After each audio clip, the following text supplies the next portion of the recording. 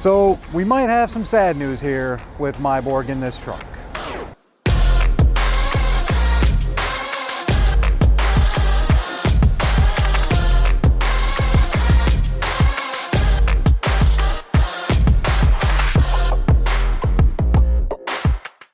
Hey guys, Sam Watts here, safety supervisor for Meiborg. Again, coming to you not in the studio today, but we'll get back in there because we're going to watch some dash cam here in just a couple minutes. But I just kind of wanted to report what I think might be some unfortunate news here. It appears that one of the driver's dogs has spontaneously combusted. I didn't, really know that could happen to dogs, but it appears that way. It appears Fido is no more because there's dog hair everywhere, and yeah, so it's a scientific, I don't even know the odds of this happening, but it appears that Fido has spontaneously combusted in this truck. And what? No, didn't spontaneously combust, just a dirty truck that they haven't cleaned. Okay, hey, good news, Fido's alive and well. Okay, unfortunately the truck has seen better days. Now guys, this is not okay. All right, there's a couple reasons why this isn't okay. First off, again, I've told you this multiple times, this is really good equipment. Okay, these are nice trucks, these are new trucks, these aren't 1999 Kenworths or whatever. These are really nice new trucks. We want to keep this equipment nice. Okay, buy a vacuum, buy a little mini vacuum cleaner, make sure you clean this up, because here's the other big reason why this is like a no-go in trucking. DOT officers look at the cleanliness of your trucks. Okay, right now our ISS score is high, which ISS means the inspection selection system. Okay, so this is the score that DOT officers look at to see if they should pull you in to inspect your truck. Right now they're high. Okay, so that means that they're going to be pulling you in to select or to inspect your truck.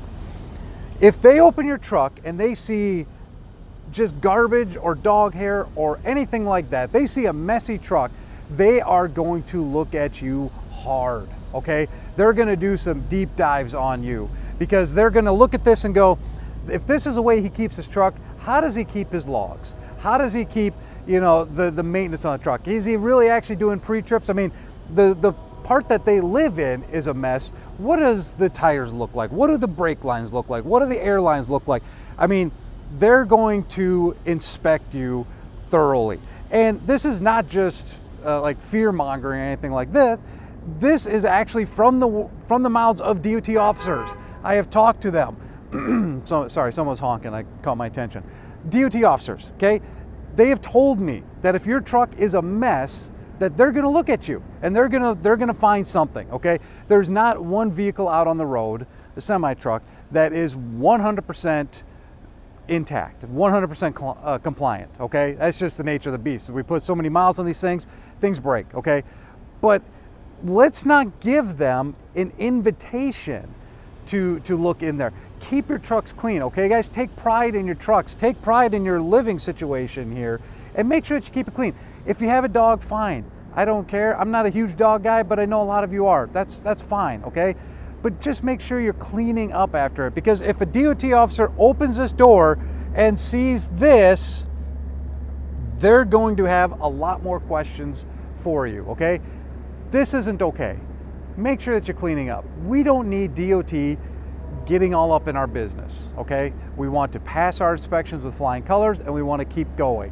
This is a good way for you to get stopped for over an hour and have to talk to the DOT guys. And then, like I said, now they're going to start inspecting everything else, because if you keep your truck this way, how do you keep the rest of your equipment? So do me a favor, if you have a dog, make sure that you are cleaning up after it, because this is not cool. And here's the other thing too. Now our detailer in the shop there has to clean this. Okay, this is unnecessary. Okay, and I know sometimes guys are like, well, how much does it cost to detail a truck? It costs quite a bit. Okay, we have 2 full-time people that detail trucks. Guys, they don't need to mess around with this stuff. This is stuff that you can keep clean. What they need to do, what they do when a driver moves on or whatever, you know, they go through, they wipe everything down, they make sure it's all polished for the next guy. They don't need to come in here with their massive shop vacs to clean out just massive amounts of dog hair and all that kind of stuff. So do me a favor, keep your trucks clean. That'll make DOT happy, that'll make me happy, that'll make everybody, that'll make you happier too, okay?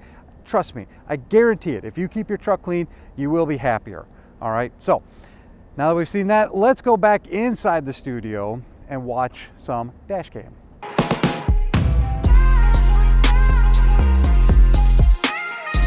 All right, welcome back in to the actual studio. Hope you enjoyed the little field trip. I want to show you a video today. It's kind of crazy. I mean, usually most of the videos I show are kind of crazy, but as you guys might know, one of my favorite things to do is ride my motorcycle, and we are always taught when riding a motorcycle that just assume no one can see you, because in all honesty, that typically seems to be the case. But in this video we're going to show you today, I don't even know. I'm not even sure. Let's just take a look here real quick. Let's take a look. Riding along, and this guy just came out of nowhere and didn't even bother to look that there was a massive semi coming. So I hesitate to show you guys this because it makes motorcyclists look bad. We're not all like this, okay? Typically, you know, we look both ways. Typically we wear helmets. Typically we are bald, I guess. But no, this is just a good situation to take a look at, and just notice that when you're on these kind of roads, okay, anybody can drive on an interstate system. You know, when we do road tests, if you have started with us in the last year and a half or whatever, you know that you did a road test on orientation. First thing you did is we took you out on a road test. And, you know, one of the things we really don't do, typically, I should say, is we really don't run you down the interstate, because we know that if you have your CDL and you've got years of experience, running down the interstate's the easy thing, okay? We like to see how you can maneuver in situations kind of like this. You know, we hit that roundabout there and we back in and we, you know, kind of do all that fun stuff. But these are the type of roads that always kind of make me nervous when I watch dash cam footage, you know, because I'll get an email saying, hey, near collision or hard brake or whatever, and I pull this up and the road looks like this. This is when I always get nervous because of things like this. You just never know what is going to pop out at you. And quite frankly, shame on the motorcyclist for not looking. He just pulls right out and doesn't even see us until we are like right on him. So big shout out, honestly, to our driver here in this situation, because if you notice at the back there, he's right behind that yellow school bus, and it's a good thing that we were scanning. So that's what I always like to tell you guys when you come in and talk to me, and we run through situations. I love doing that. But when you're in situations like this, when you're on roads like this, you gotta always be scanning. This guy, like I said, you don't even see him until we're right on him. But if you look here in the video, he's right up behind that school bus. And when that school bus passes and he comes out, I mean, I don't know what this guy was looking at. I mean, quite honestly, I mean, when I come out on a turn like that, I am constantly going back and forth to almost to the point of like throwing off my equilibrium, just because as a motorcyclist, this is an incredibly dangerous situation to be in too. But good job to our driver for seeing him at the last minute. You know, unfortunately we don't have sound, so I don't know if this is a loud motorcycle that caught our driver's attention, but like I said, luckily he saw him there and we avoided a large issue that could have happened. Not only would we have hurt that motorcyclist. If we knocked him off the bike, we would have hurt him. If you saw him, he had a t-shirt on, no helmet, no gloves. I don't understand why guys don't wear gloves. Because when you go down, the first thing you're going to do is put your hands down. Wear gloves, okay? And a helmet. It makes me nervous watching that. But you got to always make sure. I had a ladybug on my screen. Does anyone else have tons of ladybugs? Anyway, sorry, getting off on a tangent. But when you're a driver in this kind of situation, you always got to be scanning back and forth. I mean, these are dangerous roads. Heck, Even when I drive over to Harrison from the 11th Street, that road is scary. You know, if you're going to be honest, because there's a lot of drivers that pull in and out of there, and you guys have all been on that as well. You know, that's a dangerous road, okay? It's a road it's kind of like this, and cars will pull out, dart out, all that kind of stuff, and you just got to be extremely careful when you're in a situation like this. Always make sure you're looking left and right and checking up ahead. Make sure you're looking ahead to see what's going on up there. And again, big shout out to the driver in this situation for seeing this motorcyclist before it's too late, because he kind of pops out of nowhere, and it's really obvious in the video that the motorcyclist was not paying attention to us. So anyways, that's it, guys. Make sure that you're always looking around. Know your surroundings, okay?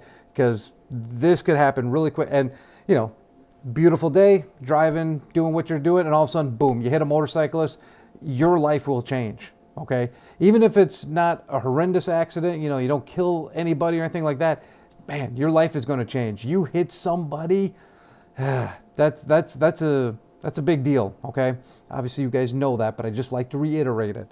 So, anyways, if you have any questions, comments, concerns, feel free to reach out to me. Please don't judge motorcyclists by this guy. A lot of us are pretty responsible, as responsible as you can be riding on two wheels. But anyways, but again, if you guys have anything, just let me know. My contact information is at the bottom. You can call, you can text, you can email, all that good stuff, or swing in and see me. You know where I'm at. So until next time, guys, I say this both as a driver and as a motorcyclist, make sure that when you're out there, you drive safe.